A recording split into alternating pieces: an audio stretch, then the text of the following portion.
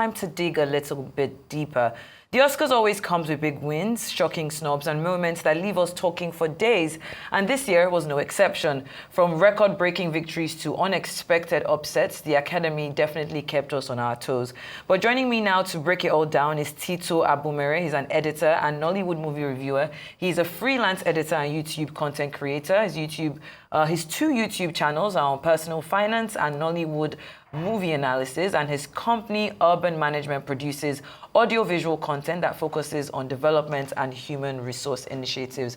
We'll be dissecting the categories from the top best picture to best director and trying to answer the big questions.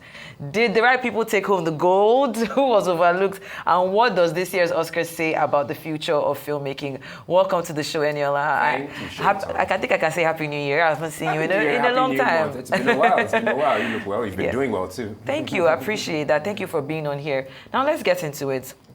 I think one thing that stood out yesterday was just the sheer amount of wins that Anora took home. Yes. What are your thoughts about that? Was that something that was expected, especially because when we look at the fact that the person that won Best Actress, yes. that was Mickey Madison. That was kind of not expected, and then we look at Best Director, Best Picture. What are your thoughts about that? Well, Anora was quite surprising. I think people were expecting Emilia Perez to take more awards. I think had the most nominations on the night. Funny enough, people were not too pleased with the film itself, and they were surprised by the number of nominations. So I think a lot of people are actually happy that Anora did quite well. It's a stunning film. It's an interesting film. Madison's performance was quite powerful, and I think the sentiment is that a lot of people wanted Demi Moore to I was win. about to say that because we know that Demi Moore she's been clearing it out this award season, from the Golden Globes to what was it again, to the SAG Awards as well, and with The Substance also doing really well in the cinemas. Film. So what do you make of that? Do you think it was something that was it a surprise for you? It was a surprise to a lot of people. I think maybe, I don't know if it was sentiment, but a lot of people wanted Demi to win. Mm-hmm. Also because The Substance was actually a really good film, and perhaps more people saw The Substance than they did Anora, right? Nonetheless, Madison's performance was really good. She's a 25-year-old, and she's not that well known, but this Oscar win for Anora has really put her on the map. Definitely project her into the spotlight with that one. Yes. And Anora, I think it's a record for the director, Sean Baker, who won 4 awards, including, if you include Madison's win, that makes 5, that the 5 trophies that the movie took.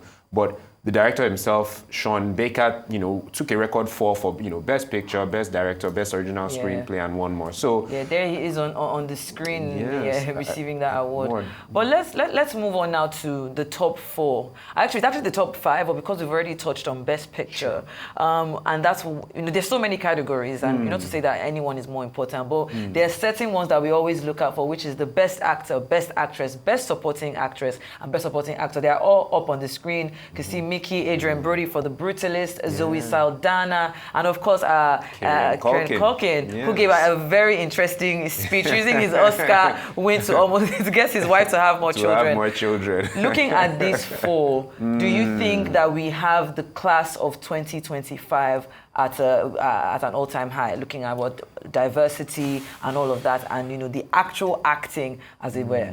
I mean, it's an impressive bunch.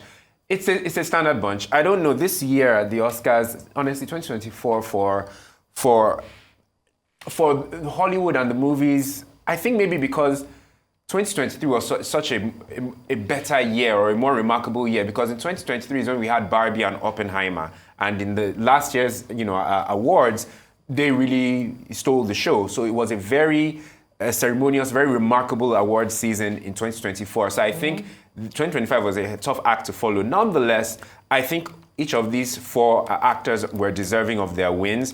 Adrian Brody picking up his 2nd Oscar as Best Actor. I believe the first one was The Pianist. In 2002. Fantastic movie. Yes. Fantastic actor. Roman But continue. Polanski film, he picked that up. Fun fact, he's the youngest person to ever win Best Actor. He was 29 at the time, and he won that award in 2002. He's picked up a second award now for this film, The Brutalist. Well-deserved. It's a really good film. It's a very long film. It's 3.5 hours thereabout. But it's well-deserved. Zoe Saldana for Emilia Perez, Best Supporting Actress. Well, fair. Fair. Why do you say it like that? Why do you say fair like that? Or do you think that there were other people in that category that should have taken that Oscar home? I mean, Cynthia Erivo was in that category for Wicked. I think a lot of people will be a bit pained that she didn't take home that Oscar. Yeah, that Oscar. Or, I think throughout award season, I can't recall if she picked up any award, whether at the SAGs or the Golden Globes. Which is quite interesting when you think about the global success of Wicked, as it were. I guess when you look at the Academy Awards, it's not necessarily about how big your movie is, but it's about the impact that the movie has had. And Emilia Perez seems to be one that really resonated with a lot more people. It's a unique film, I have to say that. And I think, Zoe Saldana is a hard worker. She's a really good actress, and she's deserving. But I don't know if compared to the other actresses in that Best Supporting Actress category, if she was the best, but I can live with it. I think that's what I'm trying to say. I can live with Zoe Saldana taking that trophy home. And Kerry-Ann Culkin finally, winning for The Real Pain or A Real Pain. A Real Pain, yes. He was really good in that film. That film was written and directed by Jesse Eisenberg, who played, Mark Zuckerberg in The Social Network. There he is, years ago. Yeah, I was quite surprised, but I'm very happy for Jesse. It was a really good movie. He's actually a really good director as well. He's done a couple of movies. Really? But let's move on very quickly now. Let's touch on other parts about this. We've spoken about Anora. We've spoken about Class of 2025. But let's touch on Paul Tazewell, who won Best Costume Design for Wicked, and he's the first black man to do so. So at least Wicked took home. I think Wicked took home Best Costume Design and Best Production Design. So it's not like they didn't go home with anything. Your thoughts on this? Very emotional speech as well. I saw Ugo Mose had posted this in his stories. Of course, and I can see as a black man who is also in the fashion space, world, seeing another black man picking up an Oscar for costume design. What are your thoughts on this, Eni? Kudos to him. It's until I read that headline that I was like, okay, that's true. A black man. It's not the kind of category you typically find black men in. Yes. And I was really happy for him because the fashion and the styling in Wicked, which I'm pained I never didn't see. It was wicked. Pun intended. Yeah. It was really good. And the film itself was a visual masterpiece and the fashion really stood out. And when you are styling, somebody like Ariana Grande, you have to be on point. It was well-deserved. I'm really happy for him. It's groundbreaking. It's a big deal. And I look forward to seeing other things that Paul Tazewell is going to do in the future. Definitely. Fantastic. And then before I let you go, there was a quick video I wanted to play.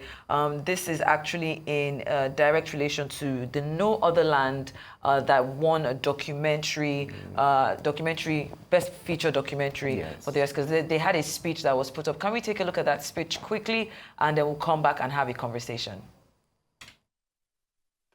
And the Oscar goes to No Other Land. We made this film, Palestinians and Israelis, because together our voices are stronger. We see each other. The atrocious destruction of Gaza and its people, which must end. The Israeli hostages brutally taken in the crime of October 7th, which must be freed. When I look at Bassel, I see my brother, but we are unequal. We live in a regime where I am free under civilian law, and Bassel is under military laws that destroy his life and he cannot control. There is a different path, a political solution, without ethnic supremacy, with national rights for both of our people. And I have to say, as I am here, the foreign policy in this country is helping to block this path. Can't you see that we are intertwined? That my people can be truly safe if Bassel's people are truly free and safe. There is another way. It's not too late for life, for the living.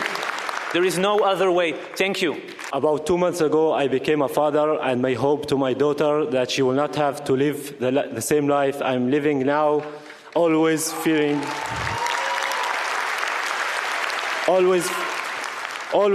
settlers' violence, home demolitions, and forest spill displacements that my community, Masafriyatta, is living and facing every day under the Israeli occupation. No other land reflect the harsh reality that we have been enduring for decades and still persist as we call on the world to take serious actions to stop the injustice and to stop the ethnic cleansing of Palestinian people. Very, very powerful acceptance speech there. And I thought that was very interesting because when you think about everything that's happening now, with the, Israel and, with Palestine, and the fact that they were able to, I was looking at a caption, an excerpt from something he said. He said, no other land reflects the harsh reality that we have been enduring for decades. And of course, calling on the world to stop the injustice and stop the ethnic cleansing of Palestinian people. Do you think that is just a drop in the ocean, or do you think that the power of film is something that could this could lead to some change? I mean, film is such a powerful tool for sending messages, right? Especially to unconventional groups of people, right? Especially when it comes to politics. And whenever these ceremonies happen, even this time last year with the Oscars, there were protesters and people, talking about the war stopping in Gaza and everything. And I think it was a very nice move and message for this film, No Other Land, to win this award. And for these filmmakers, the collective who made the film, who are a combination of Palestinian and Israeli filmmakers, to win, to send out this message to say that, look, as they said, there's another way. The killing needs to end. There are other ways to go about this, and it's not too late for peace and for things to just be resolved. It was a very powerful message, and I'm glad they won. It's very timely, incredibly timely. Yeah, incredibly timely. But just before I let you go, Eniola, is there anything about, when you think about the Oscars as a whole from last night, were there any special categories that stood out for you, something we've not touched on, that you'd quickly like to before I let you go today? Any category that, I can't really think of any, I think, like I said, last year's Oscars was I really enjoyed it, because of the Ryan Gosling's performance of, Barbie and all that. And I really enjoyed that. This one, not so much. So I haven't really paid attention to it. I was keeping an eye on the host, Conan O'Brien, his first time hosting the Oscars. He did a good job, all things considered. Yeah. It was a nice one, but I wouldn't say it's the best Oscars ceremony I've seen in recent times, but hey, it was okay. It was okay, we put it like that. And there was nothing that stood out to me or that I was looking out for in particular. I mean, Sebastian Stan, who's a really good actor, he was nominated for Best Actor in the film Apprentice, which is a movie about Donald Trump. About how Donald Trump, rose to power as a businessman. So I was kind of looking out for if he'd win and if, Donald Trump would say something about that subsequently, being who he is. But that didn't happen, and I'm kind of glad it didn't happen. But all in all, it was a good ceremony. Yes, definitely it was. Thank you so much. We've been talking to Eniola. He's a culture journalist and, of course, movie reviewer. Very important.